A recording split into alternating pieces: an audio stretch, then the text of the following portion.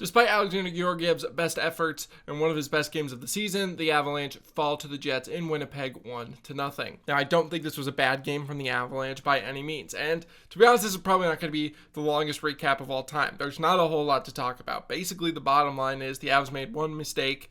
It went in their net, and they were not able to get any pucks past the other goalie. It's really that simple. Now, does that mean they played bad? Does that mean Georgiev played bad? No, not even. I don't really even have a problem with most players on the Avalanche tonight. There are some, and I'll get to that. There's some negatives from this game. But right now, I just want to go through the goal that was scored because it's the only goal. Really, it's really like, there's not a whole lot to talk about. I'll give a quick recap, I guess, and then we'll go through it. Basically, things started off, Jets were controlling play for a lot of the game. I mean, they're a hot team, and the Avs are an injured, depleted team who's kind of struggling right now. You know, it wasn't a surprise. But then pretty much halfway through the first period, the Avs started controlling play. They had their moments where the Jets would punch back, kind of take it back over. But for the most part, I thought the Avs were the better team. And that is shown in the numbers. They had 11 high danger chances for, and only 5 against, and 35 high scoring chances and 16 against. Now, you might be looking at those numbers and being like, well, why wasn't Georgiev better? Well, I'll break that down for you right now. So, this is something we haven't usually done. So we got the game here. Sorry, I don't have a little teleprompter thing. So the Jets have the puck. Josh Morrissey has it in his corner. All right, so right here, Logan O'Connor is going to pressure him up the boards, and he's going to chip the puck out. Kyle Connor can't quite control it, so it's bouncing a little bit for Josh Manson, who's trying to play this rim. And so it comes up to him. He's going to hit it, but it's not going to quite play correctly. Now, we're going to see and pause it right there. So, obviously, he's playing for Josh Manson to keep the puck in. But, at the same time, since Josh Manson is pinching, Casey Middlestat needs to come back and be in a more defensive supporting position in case what happened. I don't think this is a bad pinch from Josh Manson. I really don't. That puck was rimmed along the boards. He was there to read it. Kyle Connor barely got a piece of it, and it bounced, and he was still able to get a piece of it. One of his forwards needs to be back there. And, you know, he also probably should he needs to make sure he's getting that puck, but at the same time, he needs a little bit more support from the players around him. And then, so we're going to see, so Mark Scheifele is going to pick up the puck here. All 4 Avs guys skating back. And we have Sam Girard right here. Now, we're going to go forward a little bit longer. Sam Girard right here is right in that passing lane. He's covering that pass perfectly. He's giving up the shot, and that's more than fine. That's what you're trained to do on a 2-on-1 as a defenseman. You're supposed to give up the shot, let your goalie make the save. And I understand with Georgiev's play so far that might be hard to do, but at the same time, that's your job. If he lets in the goal, he lets in the goal. That's on him. You know, it's his job to stop the puck. Okay, so right here, Sam Girard is going to commit to the puck. He's going to commit to Scheifele, and he's going to try and I think take away the shot. He's trying to take away both in one move. He's trying to catch him off guard. And Scheifele is looking past the whole way. You can see his eyes. He's looking right there. Okay? Now, what the problem is that Sam Girard just does not take away the pass at all. And to be completely honest, Scheifele could have just kept going, and he could have shot, or he could have even passed it around Girard. This was not a good play from Sam Girard. And the issue with it here is obviously that he needs to make the play to stop the pass or get the shot. But the issue is for Alexandar Georgiev, he needs to know where he's going. He needs to know, am I stopping a shot or am I trying to play the pass? Because it turns into a 2-on-2 when it's a 2-on-1. I know it's hard, but hear me out.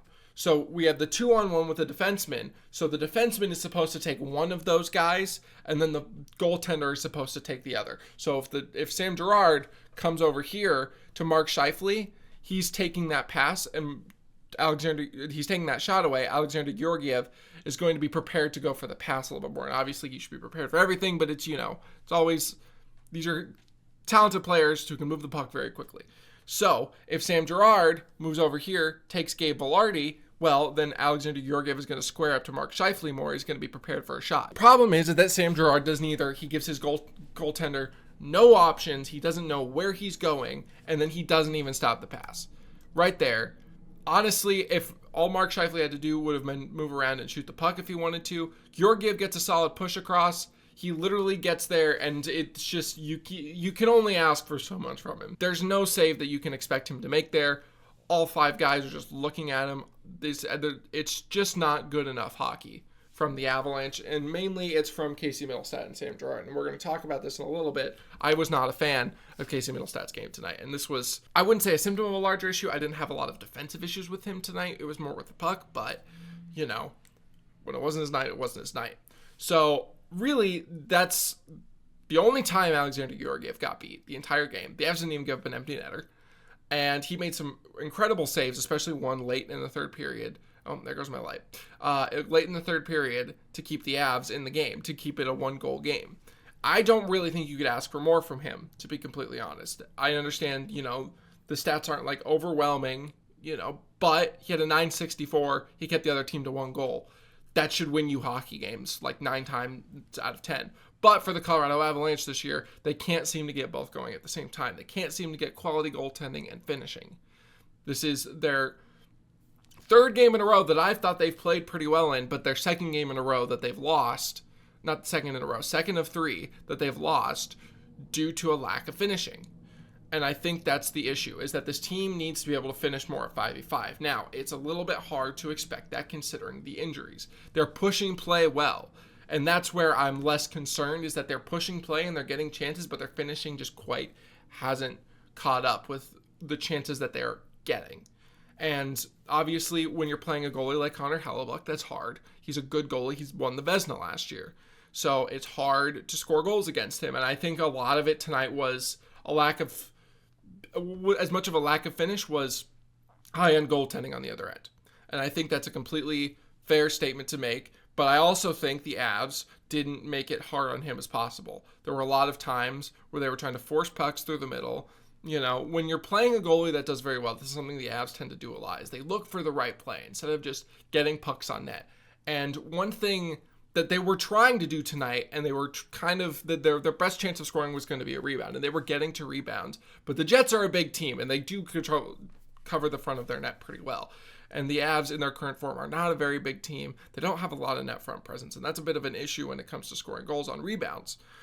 So made it a little bit harder on the Avs, but I do commend their effort. They were really working for those pucks. I thought from top to bottom, the Avs were working their butts off. I don't think, there were some players that weren't quite up to snuff. They had made mistakes, but I don't think that you could say they weren't trying. I think there was a lot to like from the Avs tonight, but you just have to score goals. You have to be better at scoring goals. I know they scored 5 goals last game without an empty netter. One of them didn't really matter, but only 2 of them came at 5v5. They need to be able to score at 5v5 more. They've been relying on the power play a lot, and there's, forwards are out. There's a lot of talent missing. But I think the issue for me is that you have your skilled players pushing play in the correct direction. Nathan MacKinnon, Arturi Lehkonen, and Mikko Rantanen again controlled the game, but they didn't get anything to show for it. And when you're the only truly skilled line, you're the only line with actual true finishers on the team, you have to finish. Pushing that play doesn't do a whole lot if you're not actually scoring goals. And that's what those guys are there for, is to put up points, put up goals, win hockey games. And I don't think they played poorly by any means, but there's a certain point where you need to start scoring goals. And that's something this team needs to start doing sooner rather than later. And obviously, you get a guy like Valentushkin back, that's going to help a lot. You get a guy like Jonathan Duran, that's going to help just kind of condense the talent pool a little bit more into that in that top 6. It's going to be a little bit less. The gap's going to not be quite as wide. He's a skilled playmaker. He's going to give guys more chances. There's a lot that will help the Avs soon. Obviously, Ross Colton being out is a big bummer for that. Whatever's happening with Gabe Landeskog, that doesn't help. But the Avs are still in a good position. But you don't want to make it harder when they get back. You want to take the pressure off these later games now. You don't want to be doing what you did last year, where every game down the stretch matters.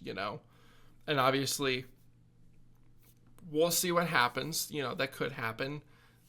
We don't know, but you at least want to be guaranteed a playoff spot. And I don't think that'll be an issue, but if they keep losing games, it will be. I'm not worried per se. They're 2 points out of a playoff spot. The West is very muddled and very wacky this year. They'll start scoring goals. They'll be better, but it's got to happen soon, For my headliners, I already talked about Alexandar Georgiev. I thought he played great. I thought he made some big saves. Obviously, his best game of the season. He looked sharp. He was finding pucks through bodies. He was, he seemed confident. He was making big saves. I think he might get the start against Carolina. We'll see. He was a little bit all over the place at times, but he made the saves, and that's what matters. Another guy that I thought was very good tonight was Nathan MacKinnon. I thought he was pushing play a lot. I didn't have a lot of issues with Nathan MacKinnon tonight, except for the fact that he got no points. And that means him and Cale Makar's streak did come to an end, which was unfortunate, but I did like Nathan MacKinnon quite a bit. I thought the team as a whole played pretty well, especially the fourth line. I'll give the fourth line my last one. I thought they played pretty well. Nikita Prishopov continues to impress. They were controlling play pretty well. And for a line that's presumably all three of those dudes will likely not be on the Avs much longer. I mean, the Jets don't have any injuries. They're completely fine. The fact that they were able to do so good tonight is a testament to their ability and their hard work, and I think it's really impressive. In terms of players I don't like, I already said Casey Middlestat. Really, that's kind of it. I didn't love that line as a whole. They weren't very dangerous. They were obviously on the ice for the Avs' only goal against. I just thought they weren't dangerous with the puck. Casey Middlestat was constantly turning the puck over. Logan O'Connor had a few chances. He was all right. Kiviranta just can't play a lot of offense, and that's just who he is. I personally would have liked to see one of Kovalenko or Ivan up there just to give him a little bit of help. Sometimes I do feel like he's at the point where he has to do too much, and he's holding the puck on the boards for too long, and then a guy comes over and then his lane gets taken, and it's a whole thing. And I don't think it'll solve all the problems. Obviously tonight was probably one of his only bad games that I've seen from him so far this season, so it's really just not that big of an issue. Like I said, there's just not a whole lot to talk about this game. The Avs are playing good, but at a certain point, they need to be rewarded for these games where they play good. They've had so many games this year where they've played good and they haven't won. You need to play games good and win. You got to get rewarded for your good play. So they're playing Carolina. That's a tough matchup for them considering their depth issues right now with the injuries. But I believe that they'll have a chance, especially if you get another good goaltending game from Alexandar Georgiev. If you can, maybe score more than 1 or 2 goals, that'd be great. Obviously, more than 0 goals is the first step right now, but more than 2 is where I'd like to put it, because there's been too many times where they've scored only 2 goals, and they need to score more than that. It's hard to win hockey games in this current iteration of the NHL if you're not scoring at least 3 goals in a game. So we'll see.